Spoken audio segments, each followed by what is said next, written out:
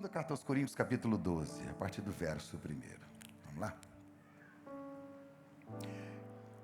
É necessário que eu continue a gloriar-me com isso, ainda que eu não ganhe nada com isso? Passei as visões e revelações do Senhor. Conheço um homem em Cristo, que há 14 anos foi arrebatado ao terceiro céu. Se foi no corpo ou fora do corpo, eu não sei, Deus o sabe. Eu sei que esse homem, se no corpo ou fora do corpo, eu não sei, mas Deus o sabe. Foi arrebatado ao paraíso e ouviu coisas indizíveis, coisas que ao homem não é permitido falar. Nesse homem me gloriarei, mas não em mim mesmo, a não ser em minhas fraquezas. Mesmo que eu preferisse gloriar-me, não seria insensato, porque estaria falando a verdade.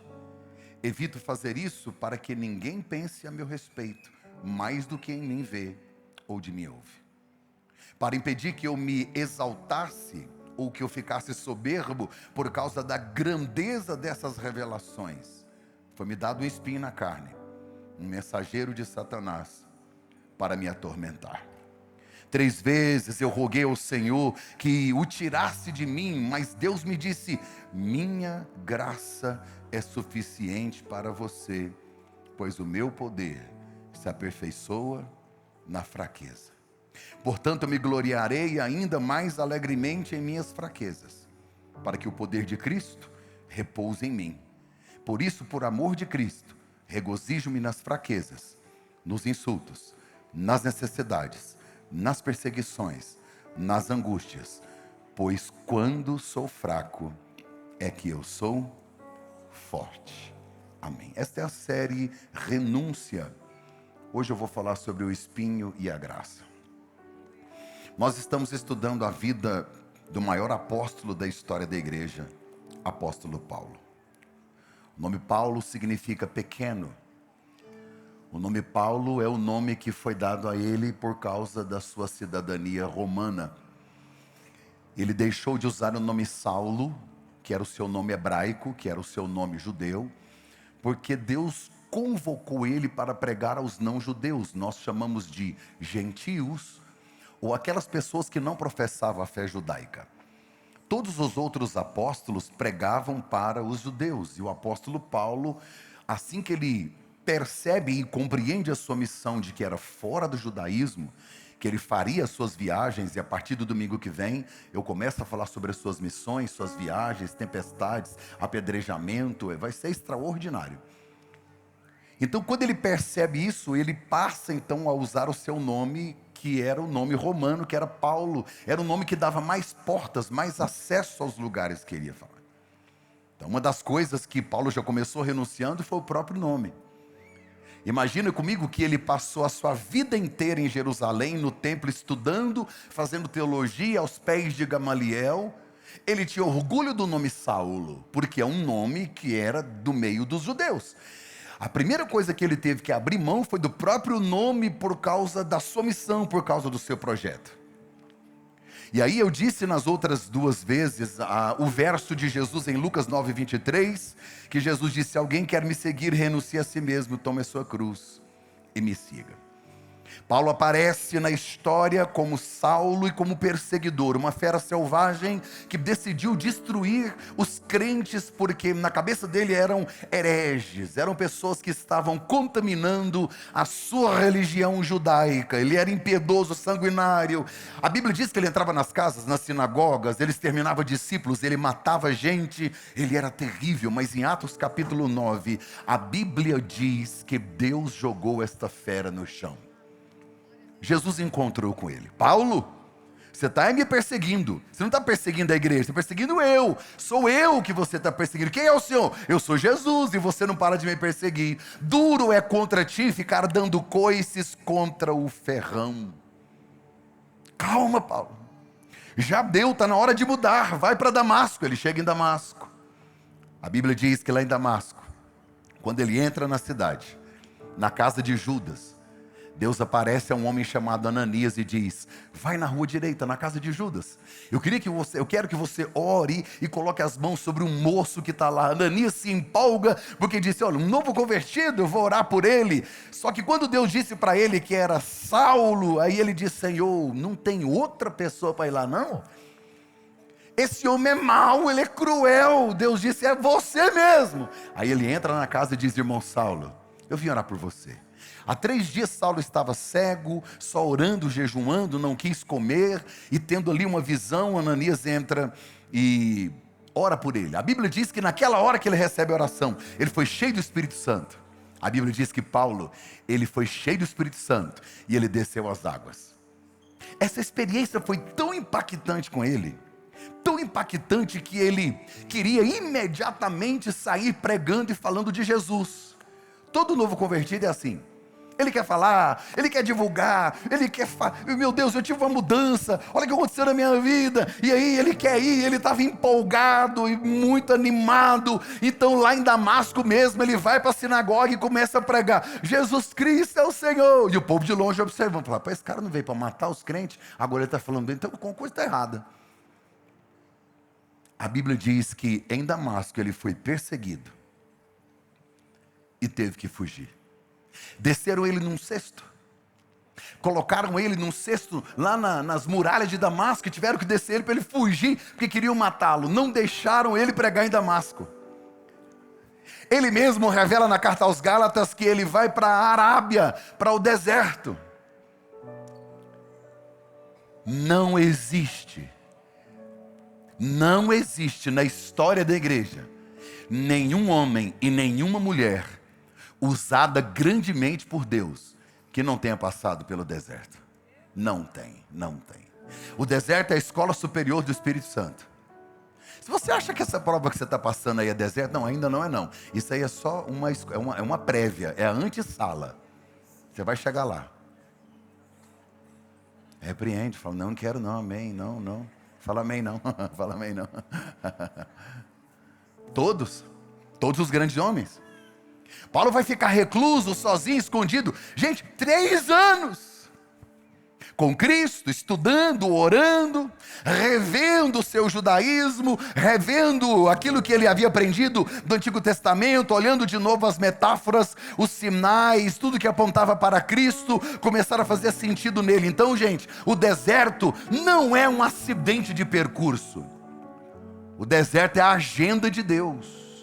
Pode ter sido surpresa para você, para ele não. Deus não é pego de surpresa. Foi você que se assustou. Você que não esperava o diagnóstico. Era você que não esperava a porta fechar. Você que não esperava o desemprego. Era você que nunca imaginou que teria uma depressão, uma síndrome do pânico, um medo, um pavor, uma ansiedade. Você nunca imaginou que teria essa infecção. Você nunca esperou que passaria por um divórcio. Não estava no seu plano. Mas da escola superior do Espírito Santo, quando Deus me matricula, ele tem propósito. Paulo está com muita vontade de pregar. Aí ele fica 3 anos na Arábia. Aí ele sai de lá. Aí ele volta para Damasco. Foi expulso de novo. Sabe o que ele falou? Vou para Jerusalém, que os apóstolos estão lá. Diz que ele conheceu Pedro e ficou 15 dias com ele. Só Pedro. Nenhum dos outros quis conversar com Paulo. Diz que ele não conheceu ninguém.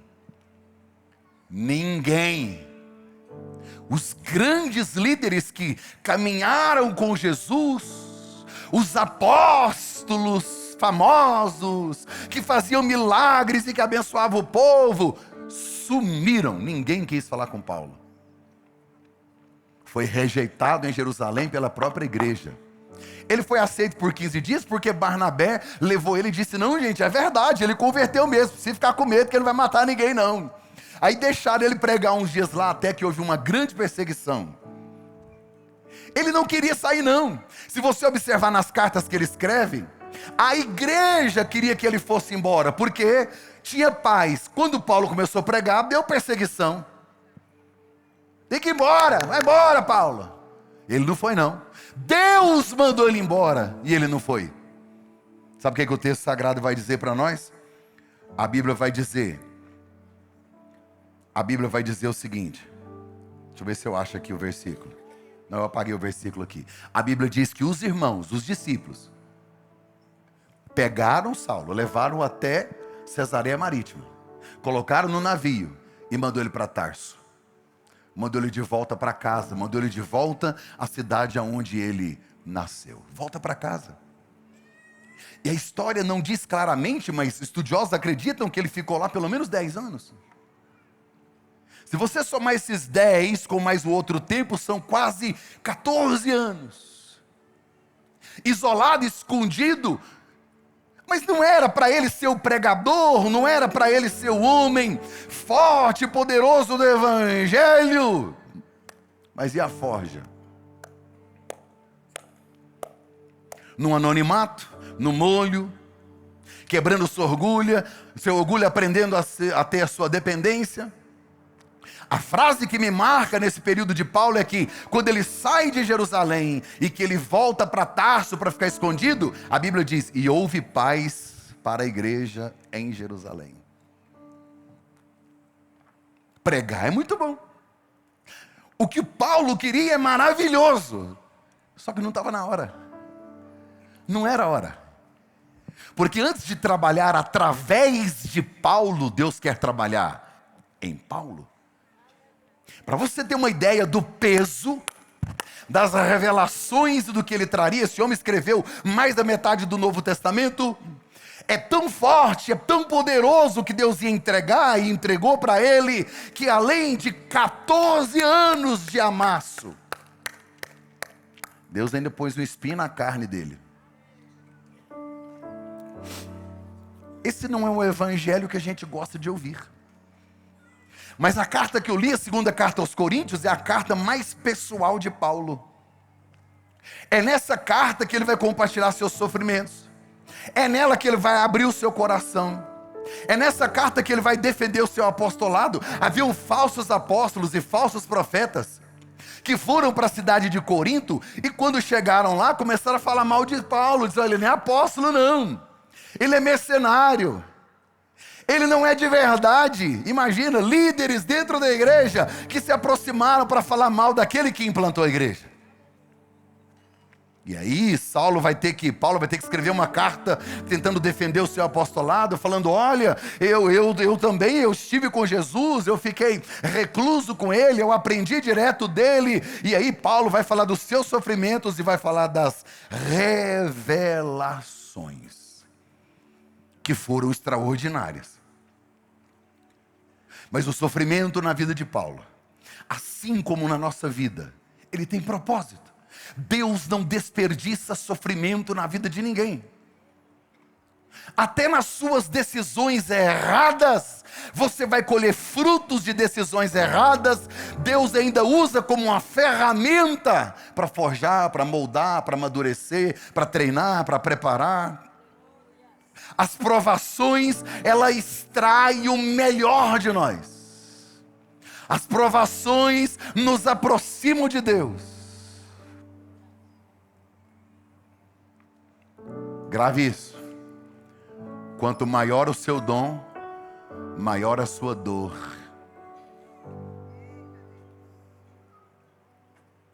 Senhor, eu quero ser grande. Certeza? Quer ser grande?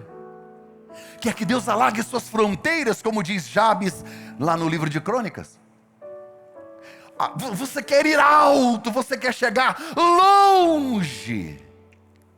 Prepare-se. Deus nunca vai te dar uma bênção que você não consegue suportar. É por isso que um dos primeiros sinais da chamada de Deus é a fuga. Quando você vê alguém assim: pastor, eu quero pregar, pastor, me usa, pastor, eu quero trabalhar, pastor, estou empolgado, pastor, olha, Deus me chamou. Então, tem chamada não. Tem não. Não tem nem noção do que está pedindo. Mas quando o cara fica assim: vou ver, não sei, esse é o que tem chamada, porque ele sabe o peso que é. Quanto maior o dom, maior a dor. Quanto mais alto Deus te levar, antes disso, mais profundo Ele te descerá. A Bíblia diz em Filipenses capítulo 2, assim: e Deus exaltou Jesus soberanamente. Ele deu o nome que estava acima de todos os nomes. Olha isso. Para que o nome de Jesus se dobre todo o joelho, dos que estão nos céus, na terra e debaixo da terra, e toda língua confesse que Jesus Cristo é o Senhor, para a glória de Deus Pai. Olha o nome que ele recebeu, o nome acima de todos os nomes. Vão ter que dobrar o joelho no céu, na terra. Não é incrível? Mas e antes? Sendo Deus, teve que se esvaziar de si mesmo. Desceu, se fez semelhante aos homens e achara na forma de homem, humilhou-se até a morte. Porque o processo para qualquer um de nós, antes de subir e crescer, é descer. Paulo, ele diz para nós que teve uma visão do céu. E para que ele não ficasse orgulhoso, para que ele não ficasse se achando, Deus permitiu um espinho na carne dele. E aí ele ora: Deus, eu não quero. Deus. São 14 anos. Aí ele orou de novo: Deus, eu não aguento, não quero, Deus. Na terceira vez, Deus disse: você quer resposta? Não vou tirar o espinho, minha graça te basta. Recolha-se as suas insignificâncias. Esse pessoal da teologia positiva, da confissão positiva, sabe? Eu queria que eles lessem esse versículo. Porque se eu decretar, pastor, se eu falar, depende da vontade de Deus, querido. Você pode decretar o tanto que você quiser. Você pode dar ordem, você pode brigar, você pode decretar, você pode espernear. Seu desespero não desespera Deus. Ele está tranquilo, de braços cruzados, só Ele sabe o que pode fazer. Porque tem crente que é igual um menino birrão, fica dando birra. Esperneia, e chateia com Deus, entristece com Deus. Não aceita, você não sabe de nada, você é uma criança. Deus conhece o futuro. Ele sabe onde quer nos levar. Deus olhou para Paulo e disse: o Senhor me cura. Ele orou 3 vezes. Você conhece outra pessoa no Novo Testamento que pediu 3 vezes para ser livre de alguma coisa e não foi? Jesus no Getsemane: passa de mim esse cálice. Orou de novo: passa de mim esse cálice. Na terceira vez: passa de mim esse. Passou não. Ah, mas Deus não é mau, e eu sou filho. Você sabia que você é filho, mas você é adotado, né? O único filho original mesmo é Jesus, e Deus matou ele na cruz. Se ele foi capaz de fazer isso com o filho dele, imagina com os adotados. Estou querendo te assustar, não? Agora olha para mim. Você já leu na Bíblia quantos milagres Deus fez? Através da vida de Paulo? Esse Paulo ressuscitou Eutico. Esse Paulo fez milagres incríveis. Ele ora em tal lugar e um é curado, o outro é curado. Uma serpente mordeu na mão dele. A gente vai ver no domingo que vem. Uma serpente, no domingo que vem ou no outro, não sei. Uma serpente mordeu na mão dele, era para ter morrido e não morreu. É muito milagre, milagre, milagre. Ele orou por todo mundo: receba, receba, receba. Na hora dele receber, eu disse: você não. Aí a gente faz aquela pergunta: por quê? Paulo explica o porquê dele, eu não sei o seu. Eu li uma frase de Agostinho que diz assim: Deus nos dê força para suportar aquilo que o Senhor ainda não vai mudar. Ele teve uma visão. A Bíblia diz, olha, ele está com tanto medo de contar as visões, ele está tão machucado pelo espinho na carne, ele não quer parecer orgulhoso. Ele disse: eu fiquei sabendo de um cara que foi lá no céu, cara, gente boa. Ele está falando dele. Mas aí ele tem medo de falar assim: olha, eu, Paulo, subi ao céu. Não, ele falou: não, eu conheci uma pessoa.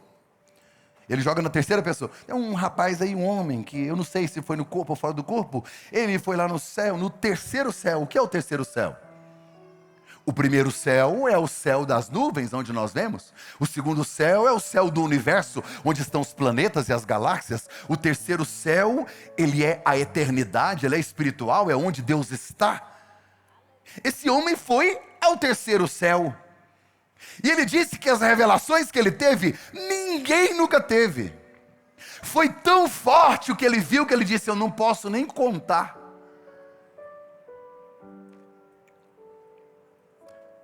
Está assim de gente, eu quero algo grande de Deus. Tudo bem, está tudo certo. Quanto maior o dom, maior a dor. Quanto mais alto você quer chegar, mais profundo Deus tem que te levar. Porque senão você não vai suportar. Esse Paulo teve visão do terceiro céu. Ele disse que viu e ouviu coisas lá, que ele não teve coragem. Em nenhuma das suas 13 cartas ele não falou nada. Nada. Aí ele disse: o que eu vi é tão grande, o que eu vi é tão extraordinário, o que eu vi é tão poderoso, tão maravilhoso, que para eu não me ensoberbecer, para eu não ficar orgulhoso, para eu não ficar me achando, Deus permitiu um espinho. E aí eu gosto da comparação que ele faz. Ele diz que um mensageiro de Satanás usava esse espinho para esbofetear Paulo, para ele não ficar orgulhoso, para ele não ficar vaidoso. Gente, a função de Satanás e do diabo é acusar. E aí, quando eu e você estamos vivendo um processo de espinho, de dor, de sofrimento, qual é a função do diabo? Nos esbofetear, colocar dúvida no seu coração. Como o salmista disse que estava sofrendo, aí ele disse: Deus, os meus inimigos estão me perguntando, cadê o seu Deus? Já te perguntaram isso? Tem ímpio que pergunta quando vê que você não está bem financeiramente, falando: você não é crente? Agora você divorciou, mas você não é servo de Deus, agora você está doente? Onde é que está o seu Deus? E o diabo, ele mente a respeito disso. Você é fiel e está sofrendo, você oferta e não prospera, você dizima e está vivendo essa miséria. Se Deus te amasse, Paulo diz que o diabo o esbofeteava com o seu sofrimento. Esta é uma visão pequena e rasteira de quem não conhece Deus, como a mulher de Jó. A mulher de Jó, ao ver o sofrimento dele, disse: amaldiçoa esse Deus, amaldiçoa ele e morre. Porque é isso que dá vontade de fazer. Pessoas frustradas e decepcionadas com os espinhos e com as dores, elas não aceitam, não entendem. E aí houve um evangelho, que é um evangelho só de entrega, de presente e de milagres, e nem sempre é assim. Deus não te ama não, Paulo. Você está sozinho, Paulo. Paulo, sabe por causa desse espinho aqui? É porque você perseguiu e matou gente, Paulo. Não. Paulo diz o porquê do espinho. Ele aprendeu. Para que eu não ficasse orgulhoso.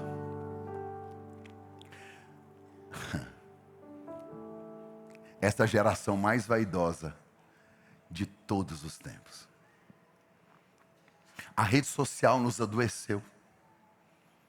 A gente quer provar lá coisas que a gente nem é.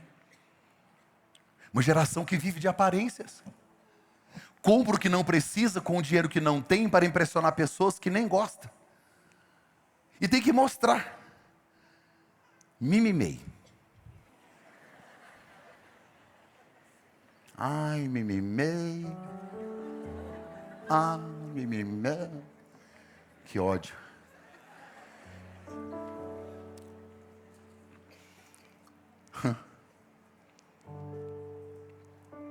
E aí você olha e fala: pô, essa bolsa custou 400 mil? Uma bolsa feia.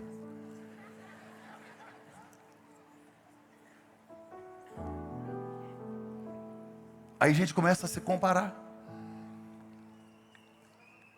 Porque sua vida não está se mimando, só se lascando. Eu queria ver como é que ela fala para os surdos se lascando. Não tem jeito, né? Ó.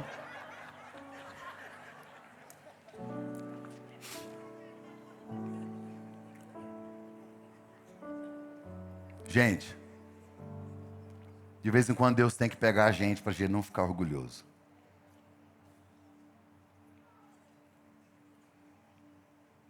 Tem gente aqui dentro sofrendo, e a resposta de Deus hoje é esta: Deus está quebrando seu orgulho. Ele sabe o que faz. Pastor, mas eu não sou orgulhoso. Essa é a frase do orgulhoso.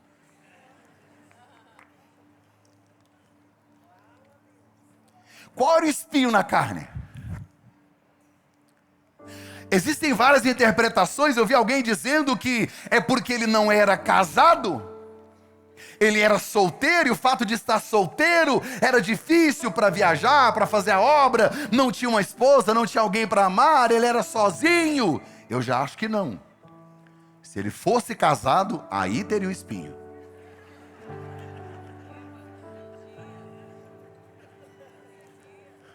Olha lá. Cada um tem um espinho que merece.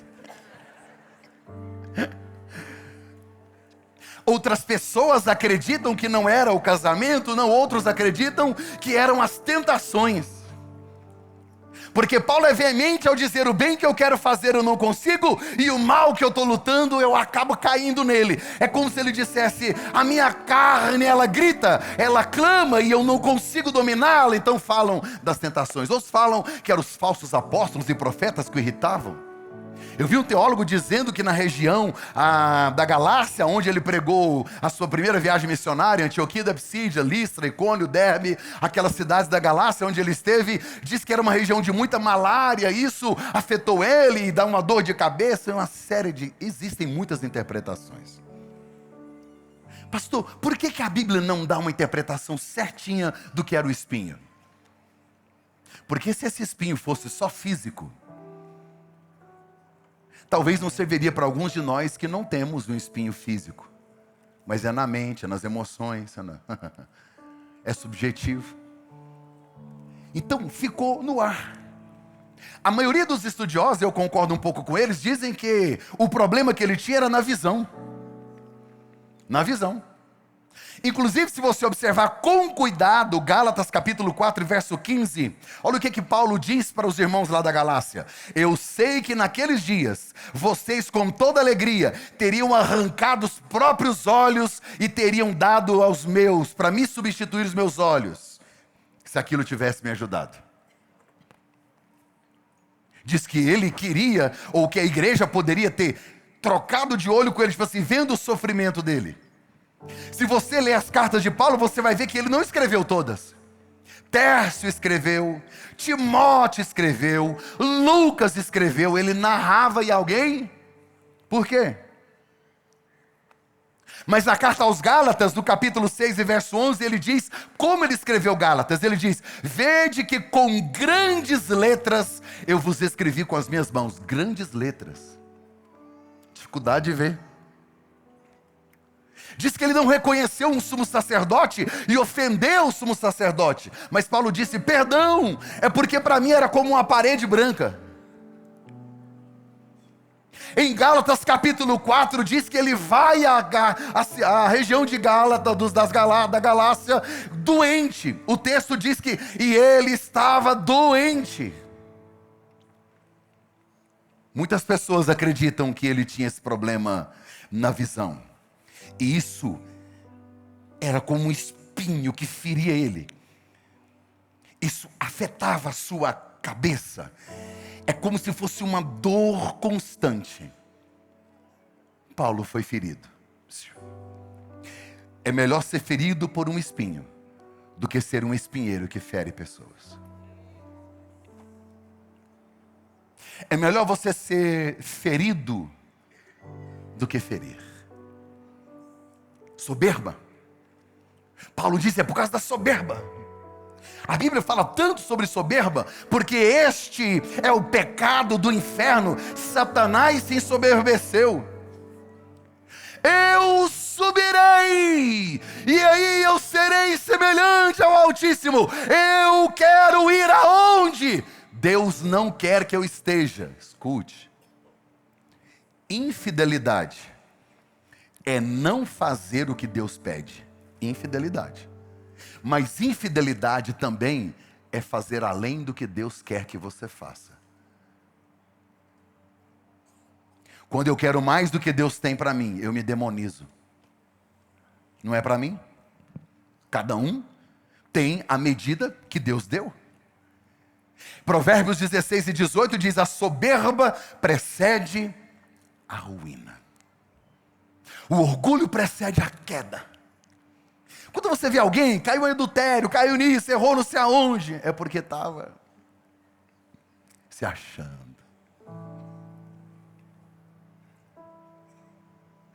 Aí Paulo disse que o espinho veio para lembrá-lo, para dizer: você não é ninguém. Não se orgulhe de tanto que você vê, dos milagres, das curas, das revelações. Não se orgulhe disso.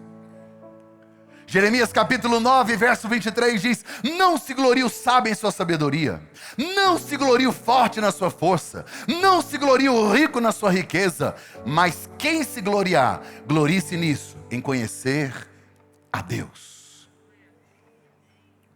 O diabo disse: eu subirei. Jesus disse: eu descerei. O diabo disse: eu serei semelhante ao Altíssimo, eu serei semelhante a Deus. Jesus disse: eu quero ser semelhante aos homens. Aí Jesus desce, depois dele sobe. Satanás sobe e depois ele desce. Um dia eu falei para um rapaz, falei: qual que é a sua maior virtude? Ele falou: eu me orgulho da minha humildade.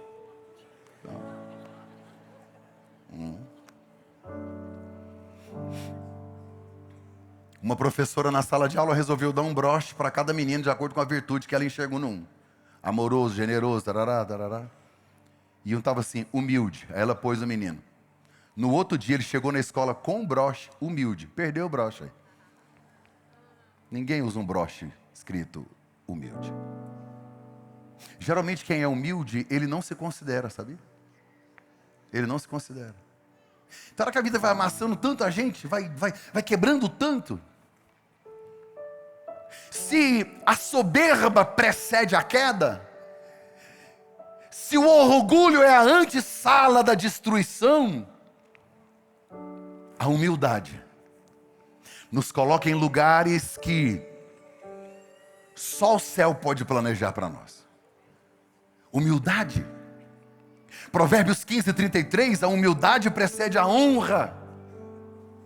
Mateus 5, 5, Jesus Cristo disse: bem-aventurados os humildes, porque eles herdarão a terra. Em Efésios 4, 2, Paulo diz: sejam completamente humildes e dóceis, pacientes, suportem uns aos outros em amor. Porque humildade é suportar o outro. Humildade não é ser menor do que ninguém, é não se considerar maior. Às vezes eu estou em algum aeroporto e chega um artista famoso, um jogador, chega alguém, e aí o pessoal, eles querem ser atendido primeiro, eles querem não sei o quê, e aí um dia uma delas falou assim para a atendente: você sabe com quem você está falando? Aí eu pensei, com alguém que quando entra no banheiro e sai, ninguém quer entrar lá, é só alguém que fede, eu pensei. Alguém que tem milhões de vasos do cérebro, que se um entupir já era. Alguém que se morrer hoje, daqui 2 dias, só tem pó. Tu és pó, e ao pó tornarás. Filipenses 2 e 3, Paulo disse: nada façam por ambição egoísta ou por vaidade, mas humildemente considere os outros superiores a você mesmo. Você sabia que a palavra humildade vem de humus? Diga comigo, humus. Humus é terra, é pó. Daí também vem a palavra homem. É por isso que quando os profetas e os homens da Bíblia, eles oravam: eu coloco a minha boca no pó, quer dizer, eu me quebro, eu me faço humilde, eu me prostro. Humildade é voltar ao pó, humildade é reconhecer que eu sou pó. Aí você olha na Bíblia, Nabucodonosor fez uma estátua, quis ser adorado, 20 metros de ouro, e ele disse: me adorem, curva e se prostre. Não glorificou o Senhor. Terminou no meio do mato comendo capim. Ele sai do palácio e vai para o pasto. Mas você também tem a história de Davi, que é um homem segundo o coração de Deus. Ele erra, mas é quebrantado. Ele reconhece que sem Deus ele não é ninguém. Deus tira ele do pasto e leva ele para o palácio. Qual caminho você quer fazer? Porque quem conquista o palácio aqui, ó, não permanece. Maldito o homem que confia no homem. Ei, a Bíblia não está dizendo para você não confiar em outra pessoa, não. A Bíblia está dizendo: maldito o homem que confia no homem e faz do seu braço a sua força. Sabe o que a Bíblia está dizendo? Cuidado para não confiar em homem, na sua carne, em você, no seu potencial, na sua força. Ai, no meu network. Tem hora que Deus retira tudo, Ele bagunça tudo para você ver. Eu preciso de Deus.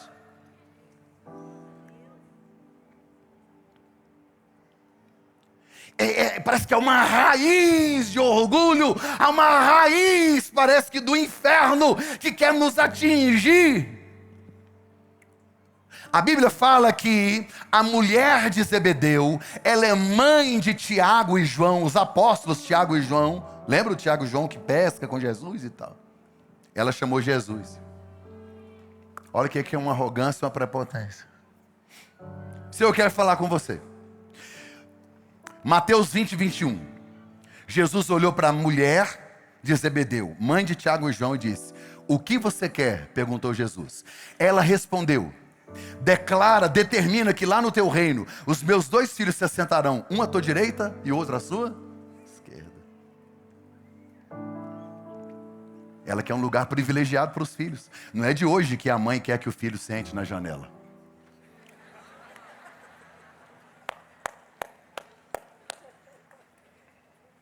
Essa foi boa.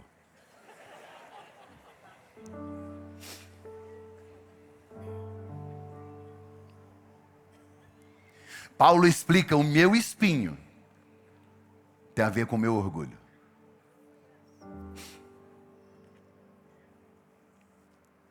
Tem coisas que Deus vai fazer, tem coisas que Deus não vai fazer. E não adianta eu te falar que vai, porque às vezes não vai. Não é uma mensagem que você quer ouvir. Você quer que Deus mude.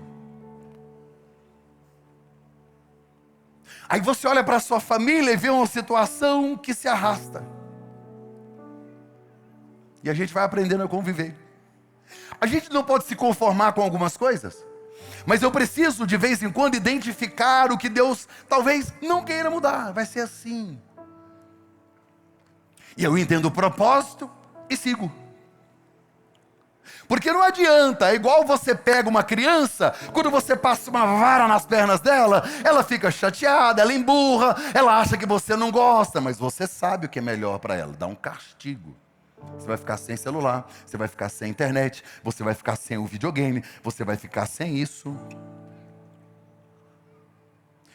Porque o limite é uma prova do amor. Gente, se a soberba precede a queda, Paulo não pode ficar soberbo, vai cair. Então Deus prefere te ferir do que te perder. Eu sempre digo isso. E é uma verdade. Senhor, retira de mim esse espinho. É algo que me ferroa, que dói a minha alma. Eu não quero, me livra. Na terceira vez, Deus disse: Paulo, a minha graça é suficiente para você.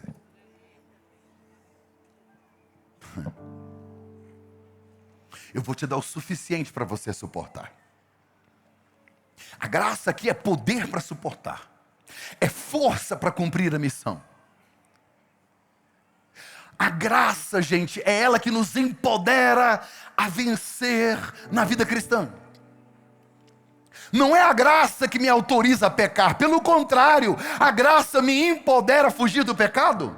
É a graça que me sustenta para eu não cair em tentação. É a graça que me abraça e me sustenta para eu suportar uma dor, uma enfermidade, um divórcio, um processo, alguma coisa que você esteja vivendo. Ah, se não fosse a graça. Ah, se não fosse a graça. Ah, se não fosse a graça. Onde nós estaríamos?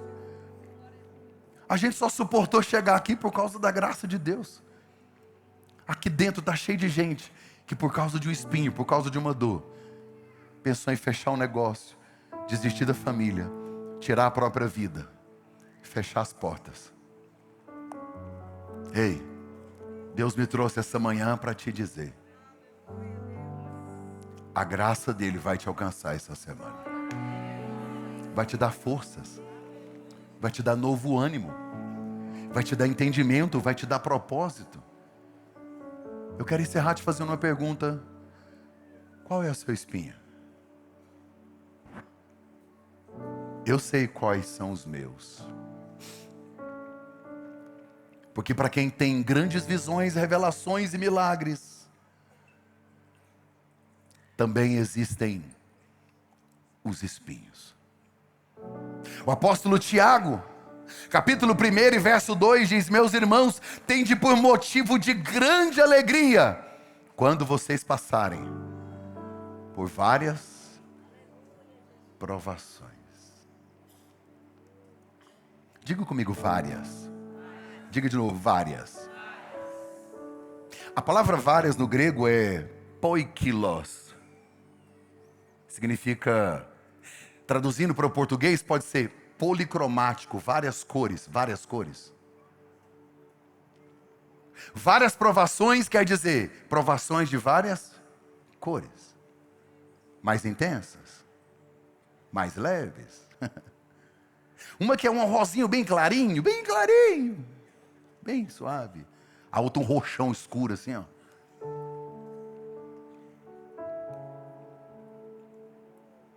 Só que aí a Bíblia vai me dizer, na primeira carta de Pedro, capítulo 10, serviu uns aos outros conforme o dom que recebeu, como bons dispenseiros da multiforme graça.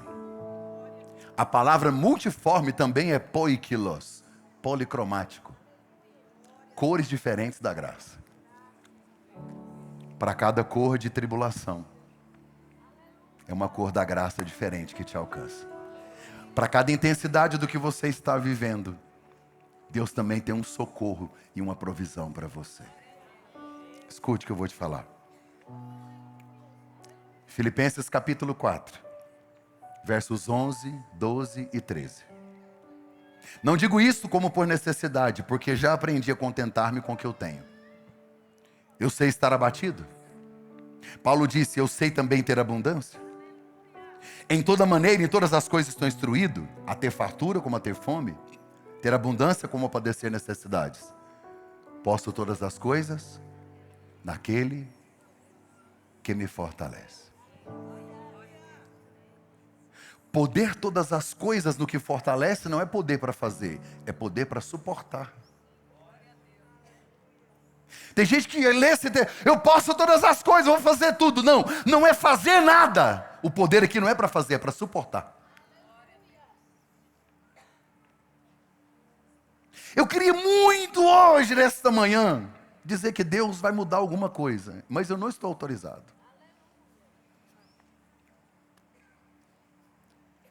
Eu oro por algumas coisas na minha vida há anos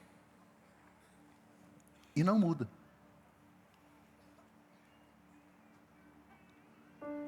E Deus sabe o porquê.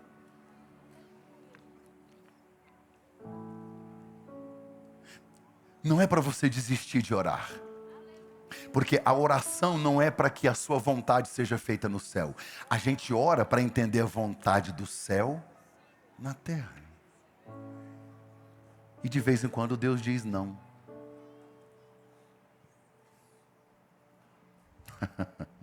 Você não queria ouvir isso hoje? Deus está lhe dizendo: a minha graça te basta. O Senhor não vai mudar, não sei. A graça dele é suficiente na sua vida. Eu queria que vocês se colocassem em pé, por favor.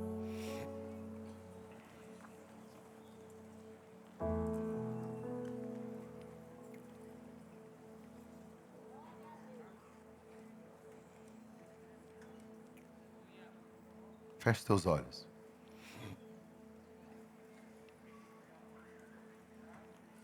Senhor, quantas coisas nós temos pedido para que o Senhor mude hoje, mude agora. Algumas pessoas aqui estão cansadas de lutar, Senhor, pelos mesmos problemas. Cansados, sobrecarregados. A ansiedade consome. Porque essa dor vai e de repente ela volta. Parece que não muda as coisas. Nos dê força. Nos dê graça e ânimo.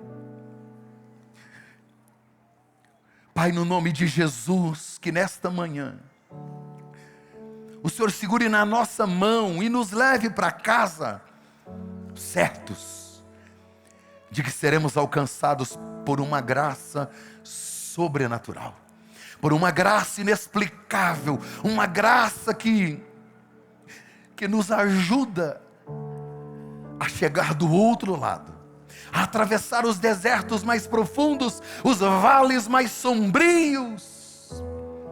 Uma graça que nos ensina a suportar as provações. Uma graça que nos faz chegar até o ponto final. Que nos faz chegar à eternidade. Deus, mas eu sei também que a Tua palavra diz que o Senhor é um Deus de cura, um Deus de milagres. Derrama cura nesta manhã. Derrama milagres para o aflito, aquele que não está conseguindo suportar, Deus. Eu oro ao Senhor, para que o Senhor faça um milagre, para que o Senhor mude a história, em nome de Jesus, em nome de Jesus, em nome de Jesus, em nome de Jesus. Faz meu coração ouvir tua voz.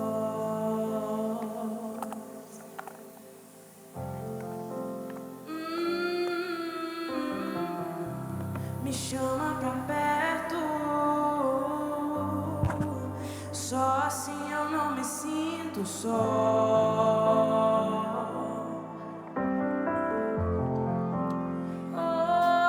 Cante. Aquieta minha alma, faz meu coração ouvir tua voz.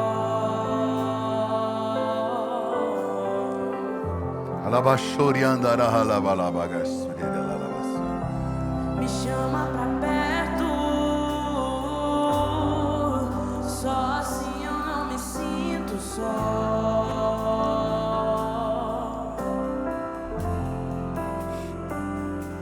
Porque na verdade eu descobri que tudo que eu preciso está em ti. Mas meu coração é teimoso demais pra admitir. Sei que depender é como viver perigosamente, mas eu preciso acreditar e confiar no que você me diz.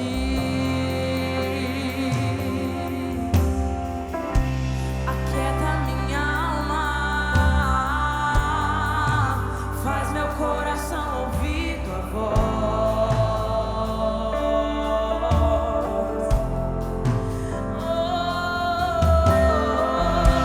Me chama pra perto, só assim eu não me sinto só.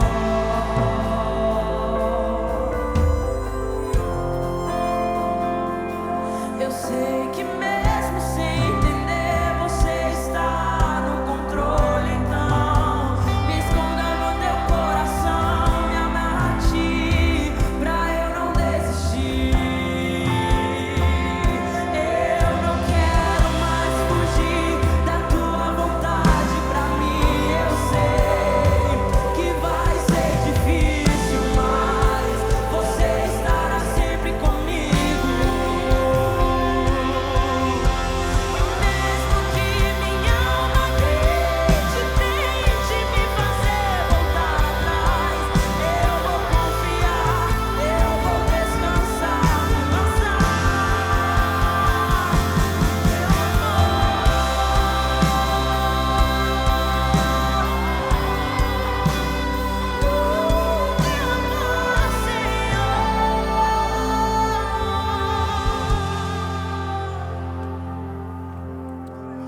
Hoje eu vou fazer um convite diferente.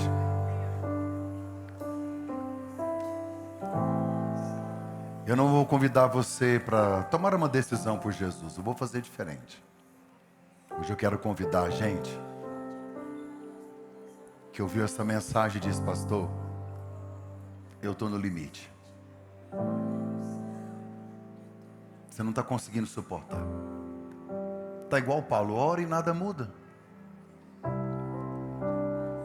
Duas coisas podem acontecer.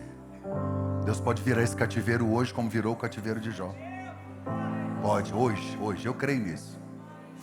Ou Ele pode te dar uma graça tão incrível, tão poderosa, que você vai sorrir apesar da tempestade.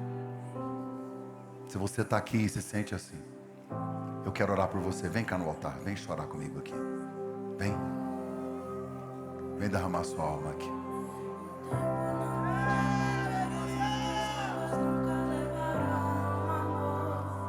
Que você sente por mim, eu sei que tudo vai se cumprir. O tempo não pode apagar, as muitas águas nunca levarão amor. Que você sente por mim, eu sei que tudo vai se cumprir. O tempo não pode apagar, as muitas águas nunca levarão amor. Que você sente por mim, eu sei que tudo vai se cumprir.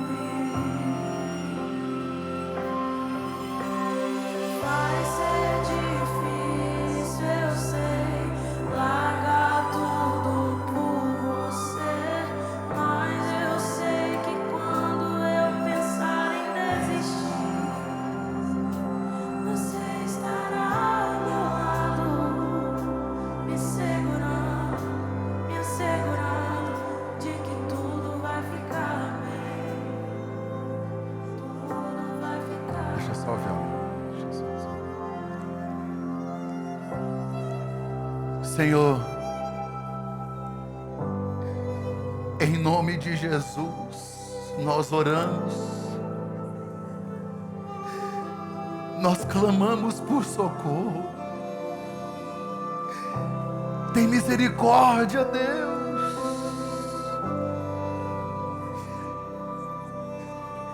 Essa situação que não muda, faz um milagre. O Senhor tem todo o poder. Mas se o Senhor decidiu não mudar agora, talvez o Senhor queira que eu espere mais. Me dê graça. A tua graça nos basta. O poder do Senhor se aperfeiçoa nesta dependência. O poder do Senhor se aperfeiçoa nesta fraqueza. O poder do Senhor se aperfeiçoa nesta dificuldade.